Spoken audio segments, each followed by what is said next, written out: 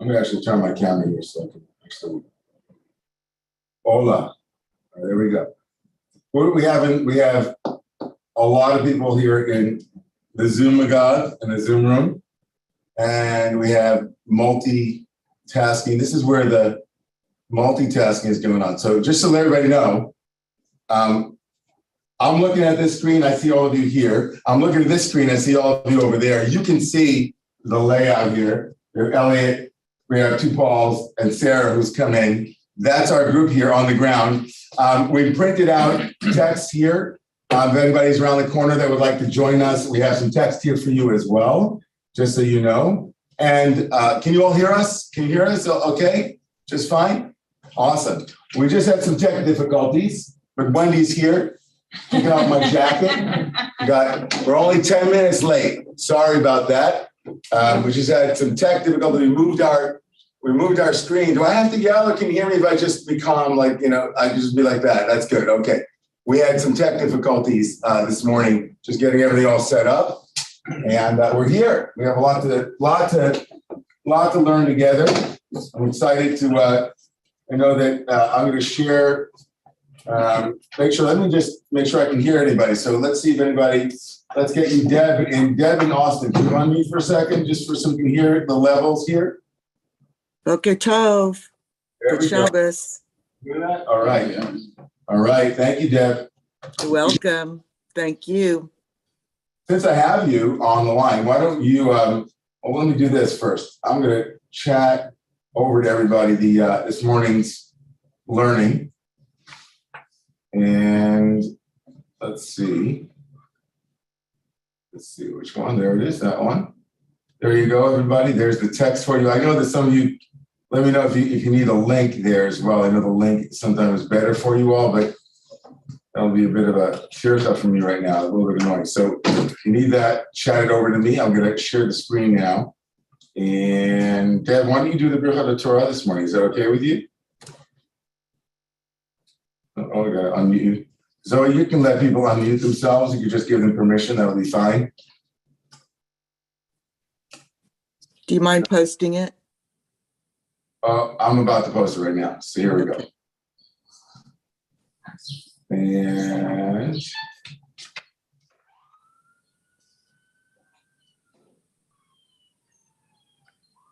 Baruch atah Adonai Eloheinu melech haolam asher kiddushanu b'mitzvotav v'tzivanu la'asok b'divrei Torah.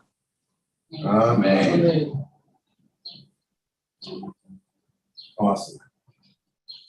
So, all our plans kind of go by the wayside. I wanted to start this morning. We're going to divide our learning together into a couple of segments here. I'm going to power through some text with all of you and some context, some pretext. Rabbi, could you please post the link for those of us that the PDF doesn't work for, and the chat is disabled, so I couldn't send you a chat. Oh, thank you for that. So there we go. We're learning. It's always learning. I'm going to do that right this second, but let me stop my screen share for a second. We're going to do a little context, a little pretext, a little all of that right now. And in a second, I'm going to get the text for you.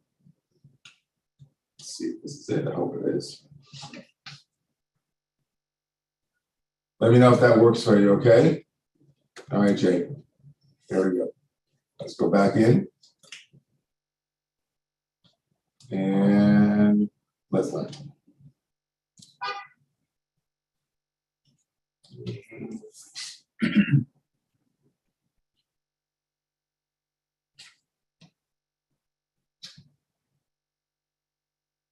I'm beginning with a screenshot of a tikkun. A tikkun is a device that allows you to learn the Torah and see it as it's written in the scroll itself. And so I wanted you all just to see the juxtaposition or just the flow in the Torah itself on the left-hand column. If you look on the left-hand column, you'll see how it's quote-unquote written in the Torah, right, without punctuation and without paragraph breaks, so to speak. There are paragraph breaks, but there are no endings of verses are not, right, discernible. And essentially, right, between one parsha and another, between one portion, what we call a portion, other, there's just a certain allotted amount of space, and that's the way the Torah divides, right? And gives kind of a sense of flow to some extent, or like here's a break. And so if you look on the, let's just see, I think it's Command 2 will give us like a view from one page at a time. So if you look here on the second page, we're about to begin the chapter 10, which on the right-hand side, can you see my cursor here? This is where chapter 10 begins, right? And here, this is the end of chapter 9.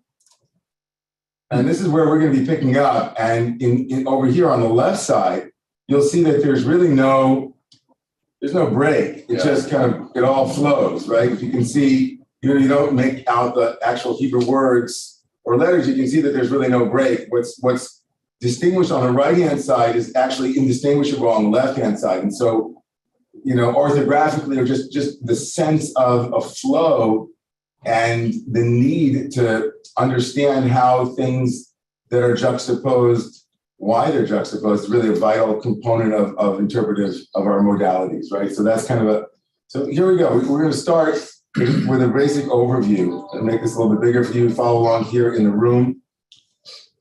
Basic overview of this week's Torah portion is Shmini begins on the 8th day of the ceremony to ordain the priests and to consecrate the Mishkan. Moshe instructs Aaron to bring the animals and the flour to be offered to God, and Aaron offers the sacrifice as Moses has commanded, concluding with the blessing of the people. Then it narrates the deaths of Nadav and Abihu, two of Aaron's sons, who also offered their own sacrifice. The parsha concludes with the details of all of the different types of animals which may be eaten that are kosher, mammals, fish, and fowl, and those, and then some laws of purity. Right, that's the general summary of where we are in the parsha. But I want to begin. We're going to be moving from chapter 9. Good morning. We're going to chapter 9, verse 20 through 25, just to give us a little bit of context.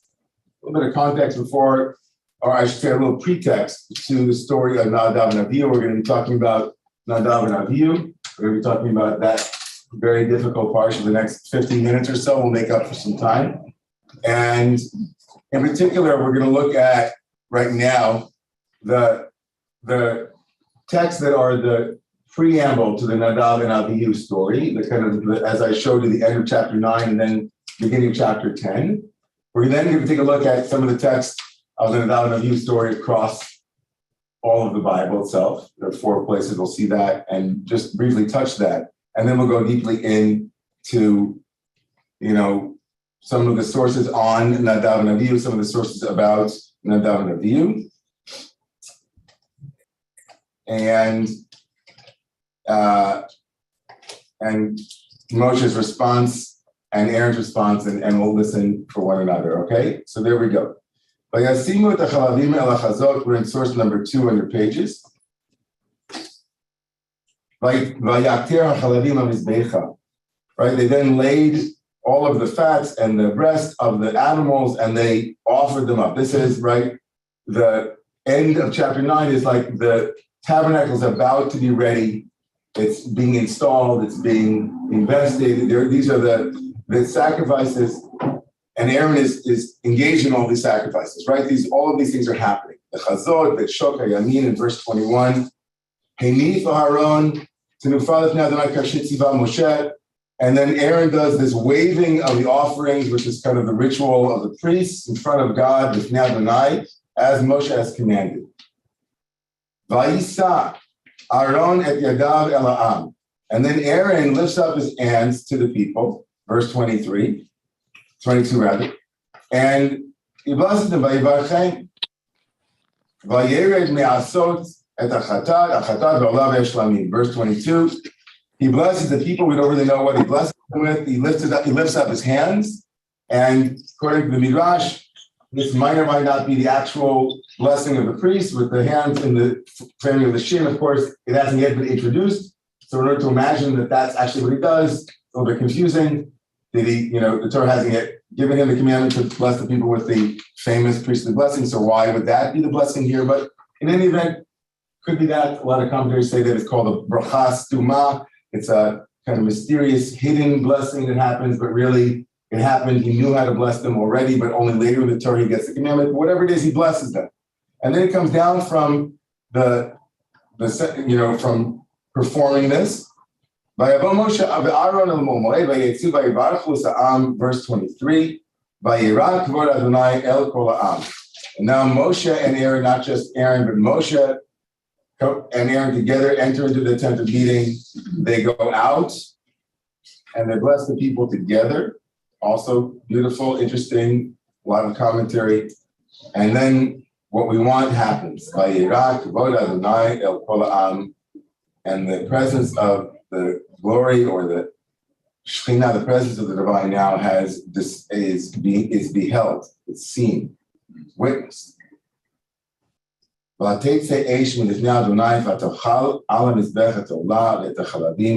This phrase will come back in the beginning of chapter 10, tragically, but this exact phrase, and a fire came out from before God or in the presence of God and ate or consumed on the altar.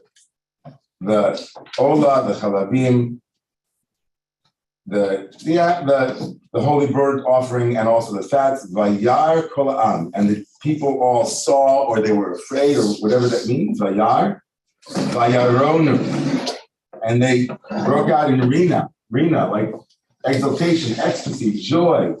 This is it. This is awesome. This is verse 24, and this is good. Vayipalu al pneihem, and they fall on their faces. This is the prelude, of course, to the very next verses. Remember back in the Tikkun, right? There's no break here, right? So the fire that comes out from heaven or descends and eats the sacrifice, then is the kind of the context now for verse 1 and 2. Vayichu b'nei Aaron, and then took Aaron, the children of Aaron, Nadav and Abihu, Nadav and his brother Abihu, Nadav, which means volunteering or voluntary, and Abihu means he's my father. Ish machtato, each one took a fire pan, and they put fire into it, meaning a coal, a kind of burning coal, maybe incense, and then for the incense, then they put incense onto the coal. And they came before God, or they brought before God an alien fire, Eish Zara Asher Lo Tzivaota, a fire that is Zara. In this context, it could mean a lot of things. The word Zar, usually in the priestly writings, means inappropriate or someone who has not been designated. It's an undesignated fire, inappropriate or in some way. And then it adds that was not commanded of them. Asher Lo Tzivaota, that he didn't command them. Or, right, the one didn't command it. But Teitze Eish, can't help but feel, of course, the symmetry between the end of chapter 9 and now the beginning of chapter 10. A fire, exactly the same words. But Teitze Eish Midifnei, another fire came out from, right, Milifnei, from in the presence or in the presence of God or in the presence of the one. Vatochalotam Vayamutu Mifnei Adonai, and now they are consumed. Exactly the same verb. They are consumed, and then it says in the passive form, Vayamutu, and they died in the presence of God. Right? Not that they killed them, but they were consumed, and then Vayamutu, they were gone in the presence of God. Now, just for a moment, I know it's like obviously every year it's a hard thing to read and very difficult, but I just want to say that it's not only hard for us, because I said last night in my sermon, and I've said this many years, the Torah doesn't repeat things with as much frequency as it repeats this story. Right? This story appears 3 times in the 5 books of Moses, and then a 4th time in the book of Chronicles. We look in the very next source number 4, right? In a few chapters, and only 6 chapters from now, in chapter 16, we have an entire portion named after the after death of Aaron's sons. Acharei mot, vaydaber Adonai al Moshe. The Torah repeats the story without going into the fullness of the story, but it just reminds us of the story. Now, again, it reminds us again in the book of Numbers, in source number 5, for the third repetition. Now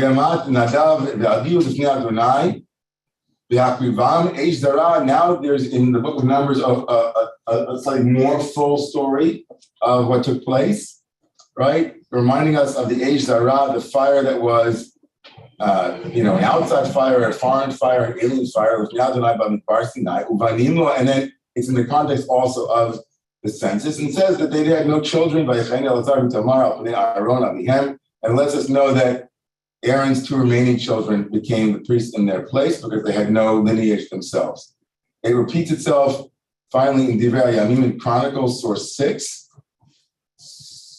Nadav and Avihu died in the lifetime of their father. Vayamat Nadav and Avihu Lifnei Avihem, uvanim lo hayu lahem vayichanu Elazar v'Tamar. Almost exactly like the last part of the Numbers source, right? The death of Nadav and Avihu here in the context of their own, that they had no lineage and no one to follow them. But 4 times, as if again, the Torah is kind of still working it through. Now you could say that the Torah is using this, of course, to scare the people, right? There's a quality of this which is certainly a cautionary tale, right? If anybody would ever try to do something like Nadav and Avihu, this fate might befall you as well, right? That might be part of the inner reasoning behind this text. It kind of comes in a moment of, we're about to start, but this is dangerous, almost like a warning on the label of, right, of very, this has a very intense shot. Make sure that you're grounded when you open it, right? It's kind of no stronger way to let people know about the dangers of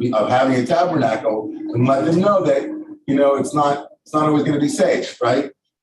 Much like in the story of Mount Sinai, where before the people could go up to Mount Sinai, Moshe makes sure that there's a boundary around the mountain and says, don't touch the mountain, right? Be careful with the mountain. You don't want to touch it because it might be dangerous, right? We'll get back to theories for why this takes place a little bit, in a minute. But just a note as we look at source number 7 here. And guys, I know that everybody has hands. I'm moving through stuff. I'll open it up in about 9:20, in about 9 minutes, okay? So if you can hold your questions and comments. We're going to look at source number 7.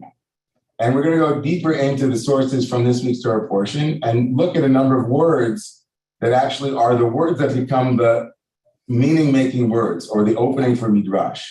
Source number 7. Vaychu b'nei Aaron. Right? This is the text that we're working with today. It's the first appearance of this story. Again, it's at the beginning of chapter 10. And that little number next to Vaychu is like the first moment of Midrashic possibility. What does it mean that they took? Right? They took. What did they take? Why does the Torah have to tell us what they took? Then the Torah will say, Ish machtato, they each took their own pan, and they placed in it fire. The second phrase or words are here to phrase, Eish Zara. What does it mean, a foreign fire? Asher lo tzivatam also, that wasn't commanded. The third kind of odd phrase. And then the fourth one, and a fire came out from before God and consumed them. And the truth is that there are more than 4, right? You could probably, each one of these things, why does it have to say the name of Nadav and Avihu, right? Because to distinguish it from the other 2 sons, Elazar and Itamar, okay, but each one took a fire pan. Why does it have to tell us that they each took a fire pan? So all of these things become kind of fodder for meaning making and the search for why. And some of the earliest commentators, as I showed before, including the Torah itself, they try to make meaning of this moment. And for them, making meaning begins with asking the question, why? Like teleological theories, like there must be divine justice in the world and benevolence. And so this seems to be at odds with it. So the commentators want to make sense of that. Now, the Torah might not feel that it has to make sense of it, but that's kind of not necessarily true because in the verses that then, right, in the very next verse after their death, we see Moshe responding in some way. So it seems that even the characters in the story feel like they have to say something to Aaron to make sense of it. Like the Torah could have just said, and they died, because that's what happens when you bring something, a shalot tzivah, that God didn't command. It's a punishment. right? The Torah could have, in its own worldview, the Torah could have easily gotten away with it, but it seems that even the Torah is struggling with making meaning of this. Even the Torah itself, internally to the Torah, it seems like this moment feels out of alignment, like something is wrong here. Like there's something in the text that is screaming, this is not right. Right? And so that's, as we all know, that's the Midrashic moment. And that Midrashic moment, in its first iteration becomes, how do we make sense of this? We must justify God's actions. So we have to, in order to do that, we have to blame the sons of Aaron. So the sons become sinners, sons and sins, right? And that is not an altogether uncommon response in the world of making meaning. One of the ways that we make meaning is we actually use cause and effect, right? In a world where there is, where cause and effect are not related, we run the risk of being in a capricious, chaotic universe. Like if I can't explain in some profound way why this effect is taking place, I run the risk of becoming deeply superstitious, or even worse, becoming deeply cynical about finding meaning for anything. And so the rabbis make an attempt to make meaning of this. And so let's look at source number 10. The sons of Aaron deserve this. V'atetze eish Rabbi Eliezer Omer, lo metu b'nei Aaron ela al-yidei sheharu halacha b'fnei Moshe, Rabban. This first source in the Talmud is also found in earlier texts in Vayikra Rabbah and the Midrashim. And it goes something like this, right? If you look at source number 12, which is really where Rashi is getting this from, he's quoting Vayikra Rabbah, which is Rabbi Eliezer taught that the children of Aaron, or Aaron's two sons, died because they taught halacha in front of their teacher, Moshe. Now it's also in the Gemara. Look in source number 13, and a story is also in the Gemara. Right? Ha-Tanya, if you look in source number 13 in Eruvin 63a, it says, Rabbi Eliezer Omer, Lo metu b'nei Aaron ad sheharu halacha b'fnei Moshe Rabban. The children of Aaron didn't die until they actually taught halacha in front of Moses, their teacher. Right?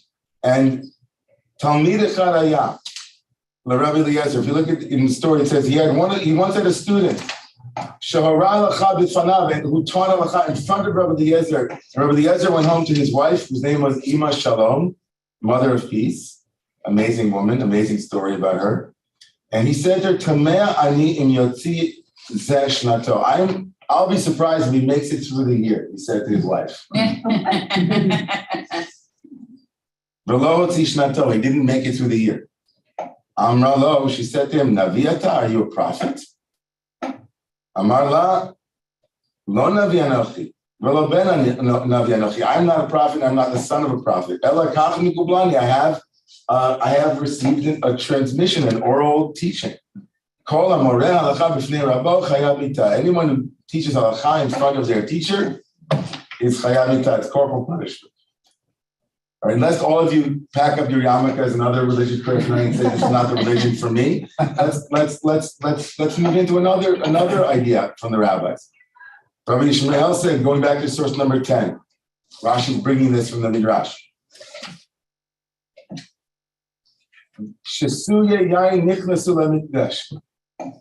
Another theory amongst the rabbis that the reason why the children of these two sons of Aaron died was because they went into the Mikdash, they went to the holy sanctum drunk.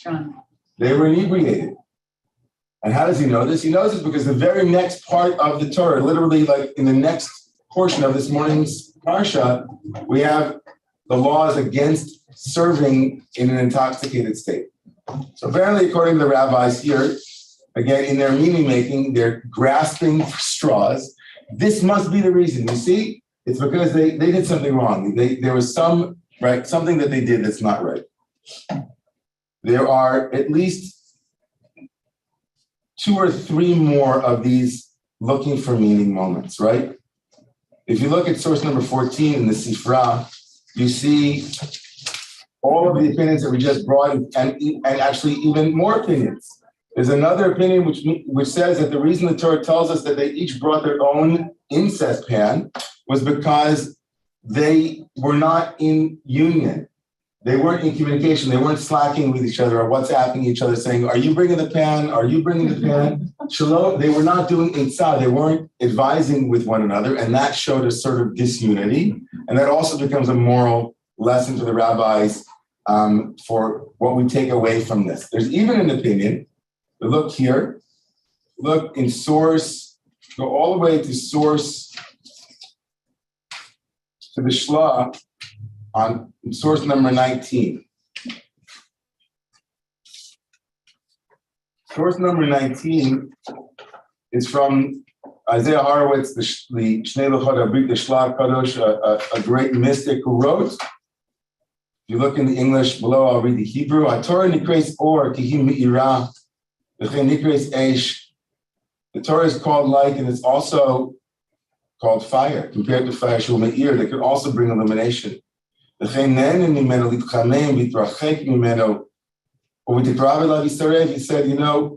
and like fire, you can warm yourself by it, but if you come too close, it can burn you. Also, when it comes to the mysteries or the mystical teachings of the Torah, he writes that this is the mystery.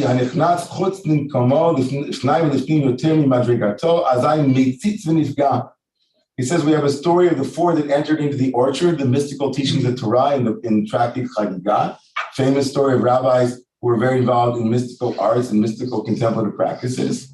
And only one of them came out unscathed. Three of them came out, like 3 out of 4 did not do very well. One lost their sanity, one became a heretic, and one died. So he says this is the case here, and this is the mystery, he says, of about the sons of Aaron. He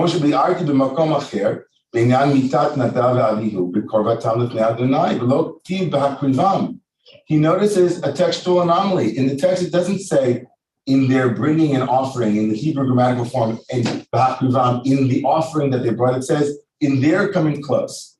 And so he reads, in his meaning-making desire, he reads a textual anomaly here not to point to their punishment, but to a deeper mystery of that they themselves came too close, as it were, right? They came too close, and it's a reminder, he says, for all of us to be careful not to overwhelm ourselves with things that aren't, right, appropriate for us at a given moment in time or in our spiritual practice. Now, this last meaning-making gesture, and by the way, for all the therapists here, we're not finishing here. I'm a little bit, those who've been my students for a couple of years, this is our 16th year Roman, you should know already that I'm not leaving us in the theological quagmire and yuckiness of this moment.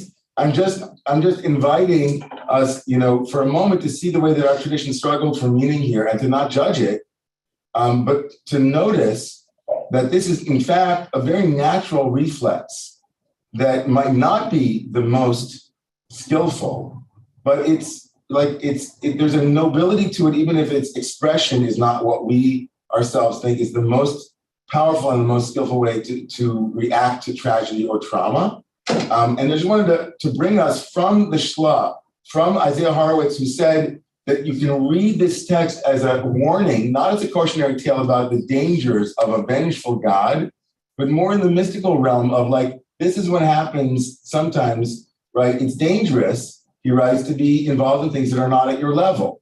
Now, that is a kind of cautionary moment. There's another way to read the mystical moment here, which is the way of the Orach Chaim and also the Sifra and Philo of Alexandria in sources 15, 16, and 17. Orach Chaim ibn Attar writes, Vaydaber Adonai, Lo nimneu in source 15, Lo nimneu mikarov l'dveikut ni'imut arevut yedidut chavivut chashikut mitikut ad kalot nafshotam. This is a remarkable alliteration. He says they did not withhold themselves from the sweetness, the connection, the friendship, the beloved, the desire, it comes back to the pleasantness until their souls left them. And so he reads this in his own meaning-making structure. He says, it can't be that God, we can't read this as a story of divine vengeance or divine anger. After all, the text earlier, it said that God had eaten, as it were, the same words used for the desired offering. And here it's being used for the quote unquote undesired offering. He says, no, this is what happens to people who are extinguished. This is almost like a moksha moment, if you have it in Buddhism, where the reading of this is that they were so connected to God that they didn't want to come back out of that state. Right? They died, as it were, the kiss of death. They died the kiss of God. God's kiss, it's called nishika. Now, if you look at skip source 16 and look at Philo of Alexandria in the first century, in his reading of this, very similarly, he writes, Nadav and Avihu in source 17 were not seized by a wild beast, but were taken up by a rush of fire unquenchable, by an undying splendor, since in sincerity they cast aside sloth and delay and consecrated their zeal. This is almost very erotic, right? Yeah. They couldn't wait. They consecrated their zeal hot and fiery, flesh consuming and swiftly moving. This is like, something out of Lady, Chatterley's Lover. It's like this fire was strange to an earthly existence since it belonged to the realm of God, wafted by a favorable breeze and carried the heights of heaven. They were passed away like a holy burnt offering from the tabernacle into celestial splendor. Wow. And then he writes, it is thus that the priests Nadav and Avihu die in order that they may live, receiving an incorruptible life in exchange for mortal existence and being translated from the created to the uncreated. Over them, a proclamation is uttered betokening immortality. They died before the Lord. Vayamutu lifnei Adonai. Picking up on that strange little fragment at the end. It doesn't say that they were killed, but they died in lifnei Adonai, in the presence of God, meaning they came to life. For a corpse may not come into God's presence, right? God, right? Everything that touches God becomes alive. And so here they are dead, but alive in God. And now this becomes, if you look at in source 18, this becomes the source for a very profound transformation that takes place it's particularly in the writings or in the teachings in the school of Akiva, Ben Yosef, Rabbi Akiva, to use Nadav and Avihu as a source for martyrdom. Like the willingness to die al Kiddush Hashem, to die rather to have life in God versus death or life not in God, right? They brought fire before God as an act of joy, says, right? In order to add love to the existing love, the motif for religious death appears here without the persecution that normally attends martyrdom. They loved God to death. The most important justification for death, for God's sake, beginning with the thought of Rabbi Akiva, the idea of loving God to the death, preceded that of martyrdom and would remain a key element in the Jewish understanding of dying for God for generations to come. This, right, you can find this, right, this meaning making also, and by the way, we judge this maybe more favorably, but it's also meaning making, right? You hear this, right, more often in Christian circles and in Jewish circles these days, if someone says they're on the way to God's kingdom, right, or there's a homecoming. Sometimes funerals are called a home, right, a returning home, right, going to God, going home. And so we have this meaning making, but we haven't even arrived at Moshe's meaning making, because Moshe, does something slightly different in his desire to console his brother. Just wanted to stop, actually just read this for you, and then I'll come in for a landing with your thoughts in the synagogue here. In the aftermath of what happens, as I alluded to, Moshe, it seems, also engages in a kind of meaning making of his own. In verse number 3, source 21, right? Chapter 10, verse 3, source 21, Moshe responds.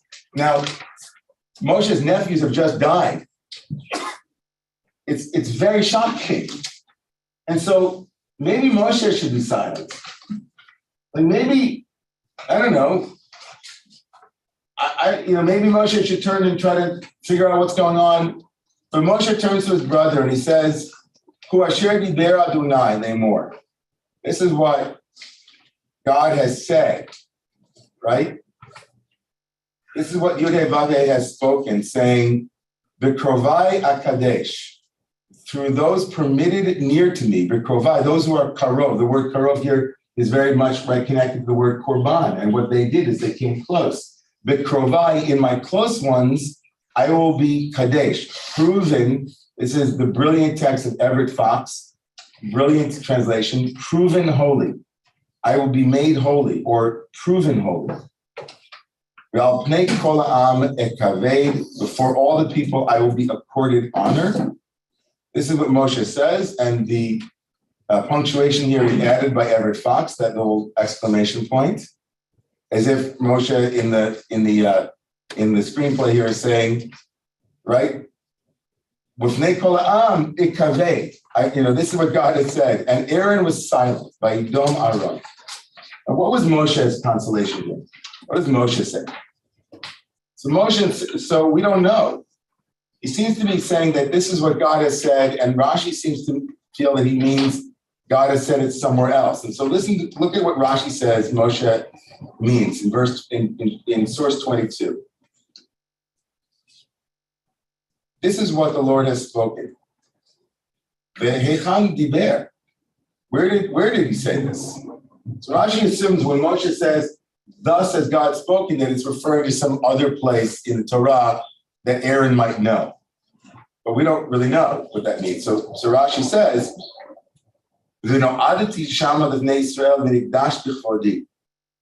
Rashi compares the word that I will be accorded honor with the other instance of the word kavod, right? That somehow in chapter 29, verse 43, God has said, I will be made known to the children of Israel. I will meet them, and it will be sanctified through my kavod, my glory. Moshe says to Aaron, here's the midrash on that conversation. Moshe says to Aaron, Aaron, my brother, Aaron achi, yodeh hayiti sheitkadesh habayit b'yadav shel makom. I knew that the house would be sanctified to the beloved ones of God. I thought maybe it would be me or you.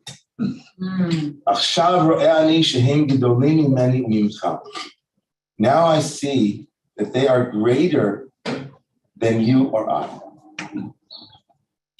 This is Moshe's consolation moment. He says to him, right, they're greater. In other words, we should be jealous of them. We should have wanted what they had. What they had was a luckier day. Now, I don't know how you feel about that. I want to hear, but first I want to share one last text from the rabbis, and then we'll open it up. This text was brought to my attention by Roberta, my student Roberta Wall, and this is from Avot Rabbi Natan, circa sometime between the 7th century and the latter part of the 10th century. Story about Yochanan ben Zakkai, a great rabbi of the Talmud, one of the greatest rabbis of the Talmud, whose son died, and his students came to comfort him. You see this? This is story 25. You see this? Rabbi Yochanan ben Zakkai's son died. His students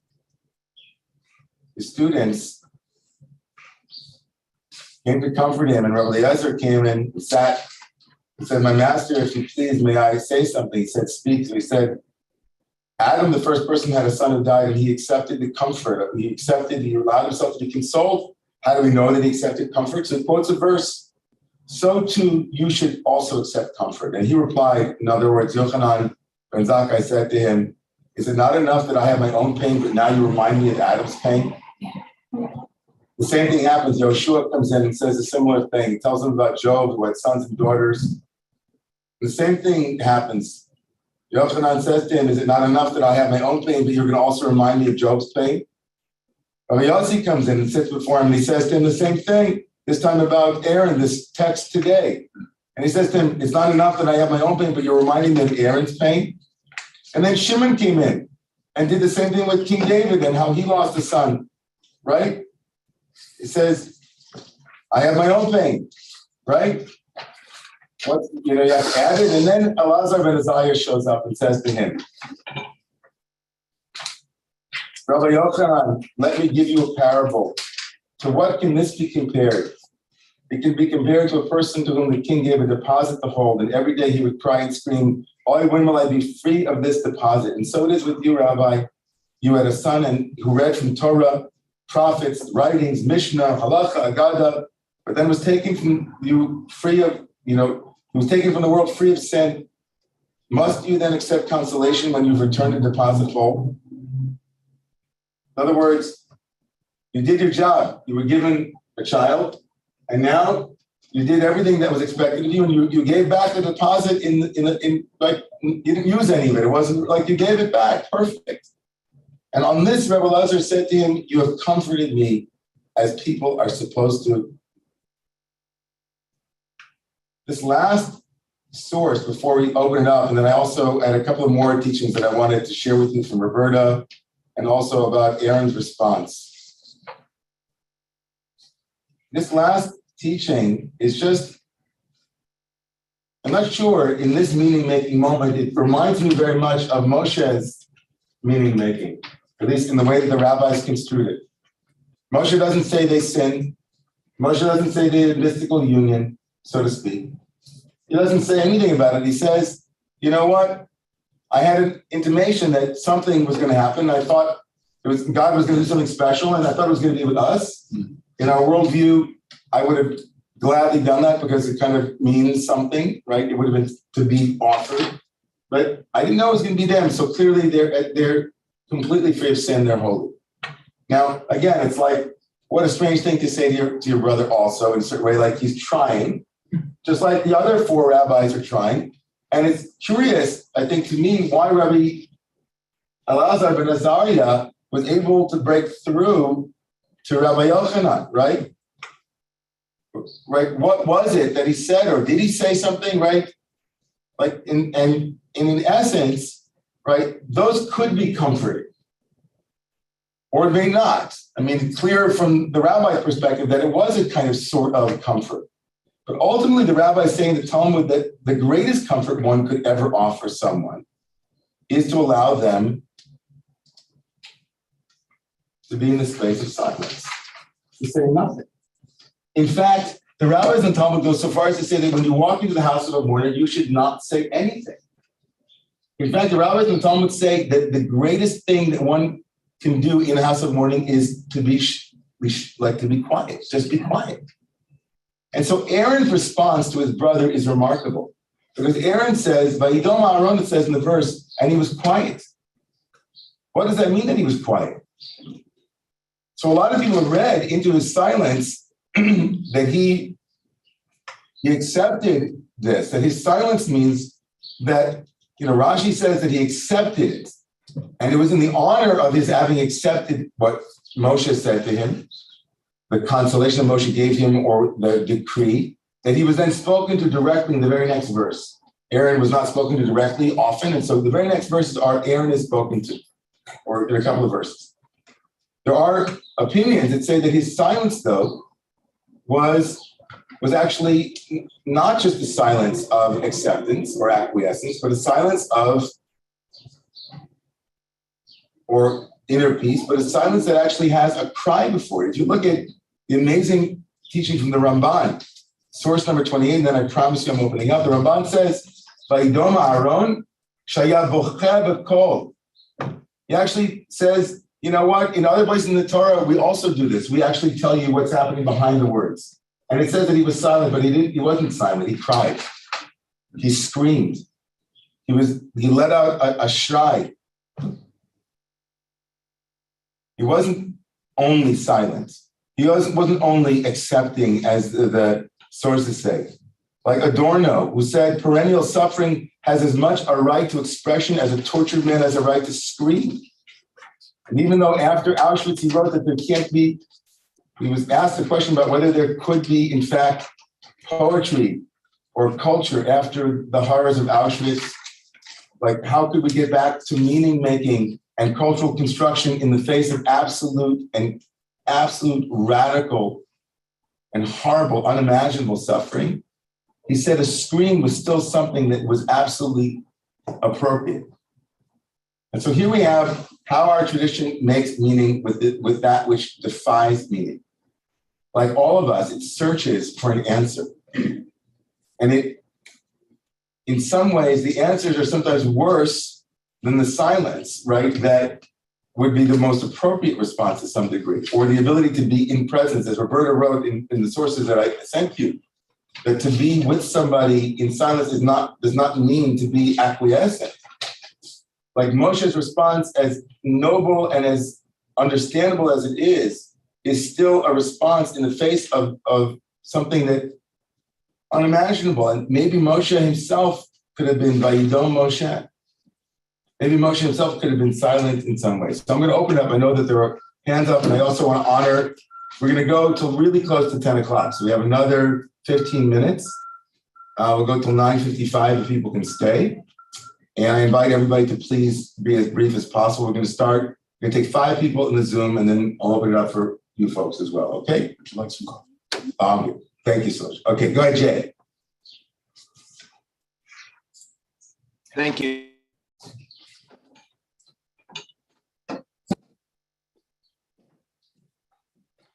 No, I can hear you.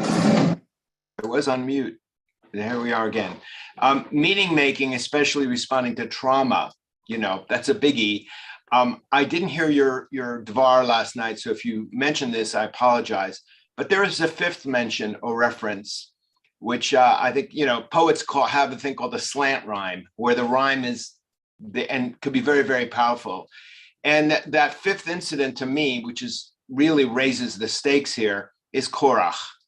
After Korach's rebellion, some of them are swallowed up, but I believe it's the leadership all get immolated. They get consumed by fire, and their fire pans are in fact collected to become vessels, sacred vessels for the Mishkan already. But here's the real kicker. Who's the person that's tasked with going through the ashes, cleaning up the ashes, and collecting the fire pans? It's Eleazar, son number 3. So there's this amazing connection. And also you think, what could he have been feeling? Maybe having witnessed, but certainly knowing about how his brothers died and suddenly having to collect the ashes and fire pans of yet another incident later.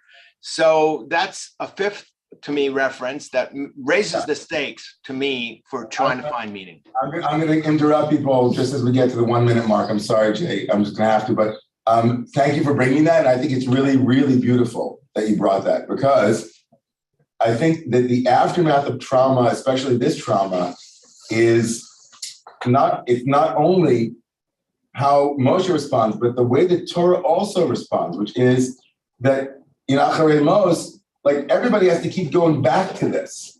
As you said, like, immediately they have to go back into the holy place and take the bodies out.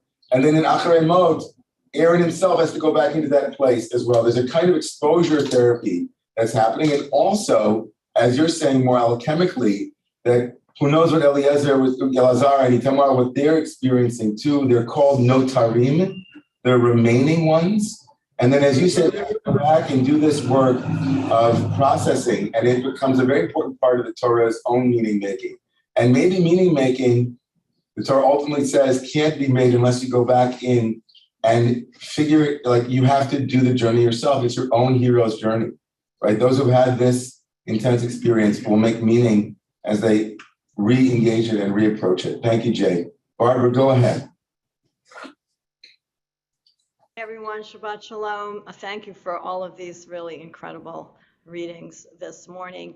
I'll just be very brief. I think that we all are trying to make meaning out of really terrible things that happen. And at this point, we're doing that now all the time because we're in, an inflection point moment. And so for me, I think by having no explanation for God's action, it gives us a chance to have no explanation on some level for why these things are happening to us now, aside from our own behaviors. But we ask God, why would you do this? Why is this happening? And I think that by the Torah putting the deaths of the 2 sons in, gives us a place to start seeing that there are lots of things that are inexplicable and terrible, and we still accept God and God's beauty. So that's it. I'm sorry, I'm gonna keeping it to a minute, but thank you for that nikuda, that real gem, which is the inexplicable in our meaning making.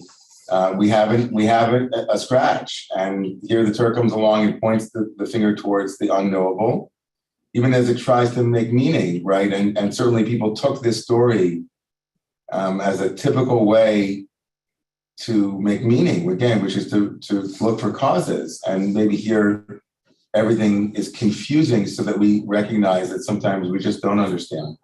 And how do we balance those two things? I mean, when we think about meaning making in Corona, you know, if we were to throw up our hands and say there is no causal relation between some of what took place, between those who, you know, chose one way or not, there's like a really very nuanced conversation about our search for meaning and how it goes wrong, and our search for meaning and how it goes right, and how to discern the difference between the two, because it could be the same reflex in some way, and that's where it's very complicated. But I love that you point towards the unknowable in this.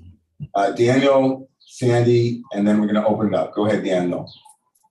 I have a very radical view of what happened when Nadav and Avihu actually died, because the text in verse 10 says twice that they died in the face of, in the presence of Yud-He Vav-He. And I trace what is the backstory of Nadav and Avihu, and their key spiritual moment was on that cosmic picnic with Moses and Aaron up on Sinai, and where they and the elders actually see the presence of the divine. They have this immediate awareness of the presence, and they internalize that into their hearts. And they are the next generation of priests who are being trained to experience and internalize a sense of the holy. And I believe that they became role models for how to die in the midst of an X factor. There is no reason. This was an accident. But in that moment of their dying, they are in the presence. They are aware of the divine as they are dying, and they become role models for the Jewish people, that there is something vaster, something deeper that can hold the unexplicable X factor that shatters our lives completely. And I know this experience because I have two children that I have lost for 17 years after a divorce that I have no relationship with. I have an experience of Aaron and what it takes to hold the unimaginable, unfathomable loss of children.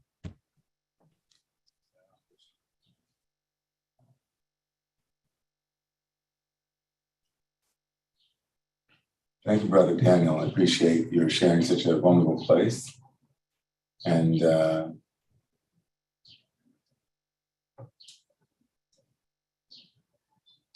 in our clergy meeting this past week, we actually studied together some texts about consolation about death. And at last night's sermon, I talked about a walk I had with a member of our community whose 27-year-old son died, had mental illness and struggled with it for many, many years, and also was addicted, and died literally a month before the birth of his first child. He was 27 years old. And so, I think, and we have other members of our community. I gave this sermon last night, and I went home and I thought to myself, I shouldn't have given the sermon last night, because there was a member of our community who also lost his daughter. She was only 24. And he was there last night, and there was the talking about the inexplicable is itself a violation of the thing you're talking about. So I thought to myself, maybe I shouldn't speak, And then, unfortunately, there's no way to really communicate fully without speaking, at least in the sermon style, right? Yeah. And there's something very, very true in that you're speaking to, and about the possibility that the Torah holds out for us, that there's something much bigger, as you said, something much more encompassing. And that Nadav and Avihu had a sense of that. Yeah. That was also my point, that they were holy priests, being role models for us. Yeah. So thank you for listening. Yeah, of course. I think that I want to give some chance for people here. I know that we're so used to the Zoom and the Zoom open book. And so here we have some folks here. I hope you can see them. And I'm just going to, if anybody wants to say something, Jen wants to, so I'm trying to move this. If you could look there, I know it's kind of weird. Okay, it's very We have to figure out a way to have, but I could do both. Okay, yeah, do both. You would do both. Yeah. All right. So I was very interested and moved by the source about Rabbi Elazar ben Azariah and Rabbi Yochanan that you said Roberta brought to you. And it reminded me of Sheryl Sandberg's writing of her book Plan B. And she says in that book something like, for her, what was meaningful when her husband died was for people to come and say, how are you today? With an emphasis on the word today. And I remember hearing that and I took it in and I thought, oh gosh, I should really make it a practice of mine that whenever anyone I know has lost someone, I should say, how are you doing today? And then I realized that was Sheryl Sandberg's preference. And it struck me in this source that maybe this is Elazar, Rabbi Elazar ben Azariah's preference, that he liked the final way of doing it and not the first three way of doing it. And that's why the silence is so special, because in silence, the person receiving the silence can read anything into it. And also the silence could connote listening rather than listening to whatever the mourner is saying. So I just want to just, so one of the things that we talked about, and I know that there are chaplains here and people who do pastoral work, and therapists, and all of us are people who know someone. And so we're all always thinking how best to hold people and how best to respond to people and be with people. And one of what Jen just said, what I think is so profound, is that, like, first of all, who are we to judge? Like, we're looking at this text, and the text seems to be judging, like, this Yochanan ben Zakkai seems to be judging each attempt at comfort. And it seems like the rabbis who wrote this for posterity are trying to also tell us something about the right way to comfort. But what also emerged in the text is not just the right way to comfort, but that there might not be a right way. You kind of subverted the text in that you said that it could very well be that what was profoundly, mixing the listening and the silence of Aaron with the silence and the spokenness of Elazar ben Azariah's approach, which was that he fitted his consolation to the one being consoled. And that the listening, and we all know this, like sometimes, I know this for myself, sometimes I'll tell somebody a theology that I actually don't personally agree with. I know it's shocking. Maybe it's shocking, but it shouldn't be shocking.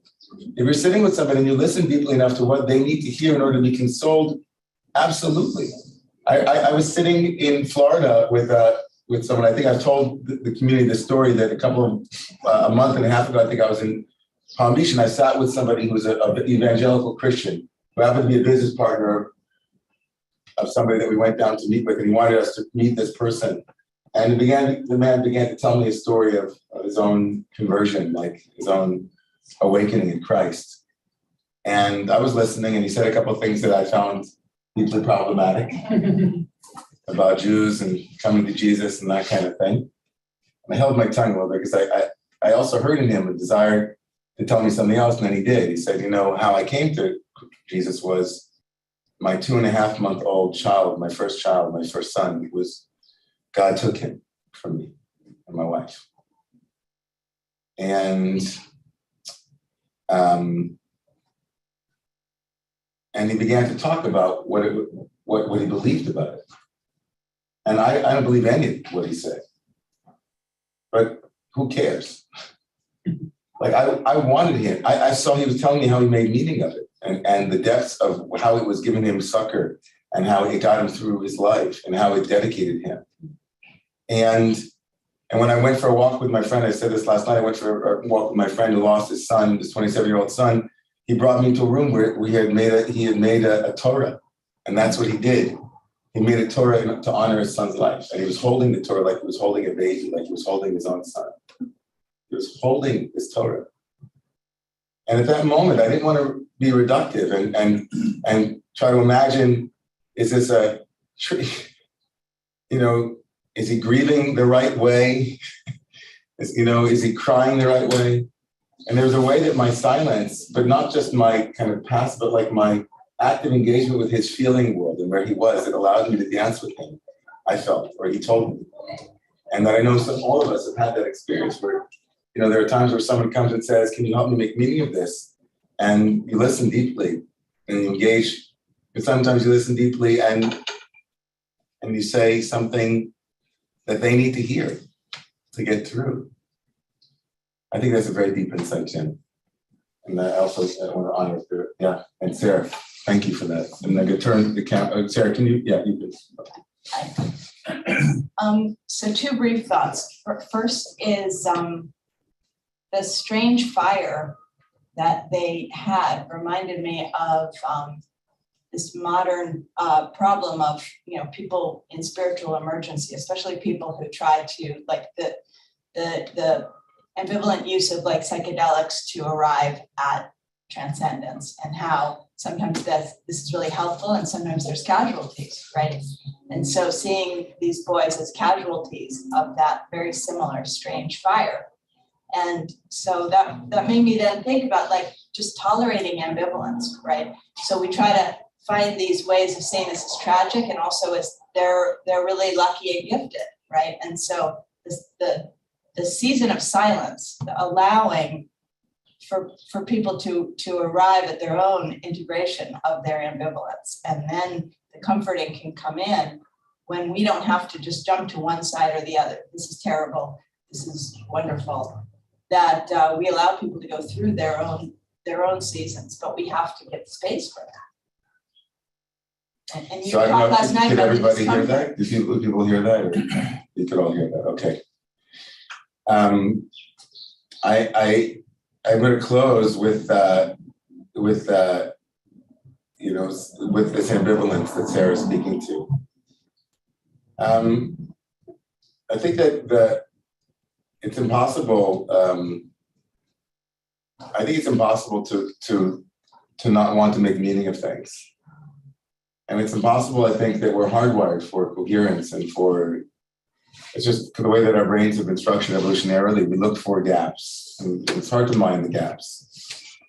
It really is, and I think that serves us so well often in figuring out how to build a vaccine. It's not God punishing us with the bubonic plague or with some virus. There's some way that we understand and we look for reasons and causes that then leads us actually to make more sense of the world and actually be more effective in the world. And if this story tells us anything, it's also a cautionary tale about meaning making gone awry, or our inability to handle the inexplicable or the unknowable. And in this way, we don't often think of Aaron as heroically as he's such a hero in this story. He's such a hero. I think Aaron in this story is, maybe he wouldn't want to be heroic the same way that people who lost children would say, I'd rather have my child back than be a hero. Thank you very much. And also, I would not ever want to paint a different response to tragedy as non-heroic, God forbid. Right? I'm sensitive to that too. There's really no right way to respond at all. But I do see Aaron's his courage here to speak in a place of tragedy and to say that perhaps you should have been silent, Moshe, or perhaps all of us should have been quiet and should have held our tongues and waited and just held that together. I think that when you reached out to just now to touch Daniel, and Daniel had the courage just now to share, in his life where this is landing personally, and when all of us do that, there's a meaning making that comes not with kind of a causal chain, but like a connective one. And I think that's what Roberta, if you look in your sources, Roberta really brought out in her beautiful in her own drash this week on Shmini, where connection, not causation, but connection itself can become that. It doesn't make meaning. If we understand meaning to be like a reason for, that's one kind of meaning making. And another meaning making is a being with. Like the answer is, I don't know, but I'm with you. Like the answer is, I don't know, but I'm with you. And even though that doesn't mark it well, it's really profound. And maybe that's why Shiva happens. It's because we're not giving you a reason, but we just want to sit with you. Like we just want to sit with you. And at the heart of the tabernacle, which is itself a place of meeting, is the truth that meeting itself might not give us the meaning that we seek if it's a reason for it. But it might give us meaning that we seek if it's a being with. It's like a shared humanity. I think that's what Adorno meant when he said that screaming and crying out, because when you cry out and think that someone's hearing your cry, that's the most powerful thing in the world. When you cry out and nobody hears your cry. So maybe that's what it was. Like Aaron cried in front of, he cried out.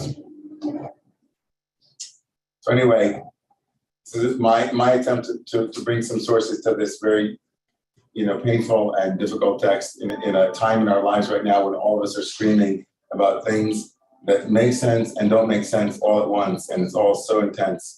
So I hope that this was meaningful and it was powerful to be with all of you in space. Just Elliot has his hand. Just one last thing. Yeah, very quick. Yeah. In between silence and making meaning with words, also just a touch on the shoulder. Touch on the shoulder. Touch on the shoulder. So in honor of our 16th birthday as a Romemu community, I just want to say thank you to all of you who have been or participated in some way, shape, or form in the building of this community, in touching shoulders and holding hands and showing up, in Zooms and in rooms. And I hope to see all of you who can make it here in our space soon so we can be with each other in that way. And until then, Shabbat Shalom to everybody. We'll see you in the shul. Shabbat Shalom, Yom Huledet Sameach.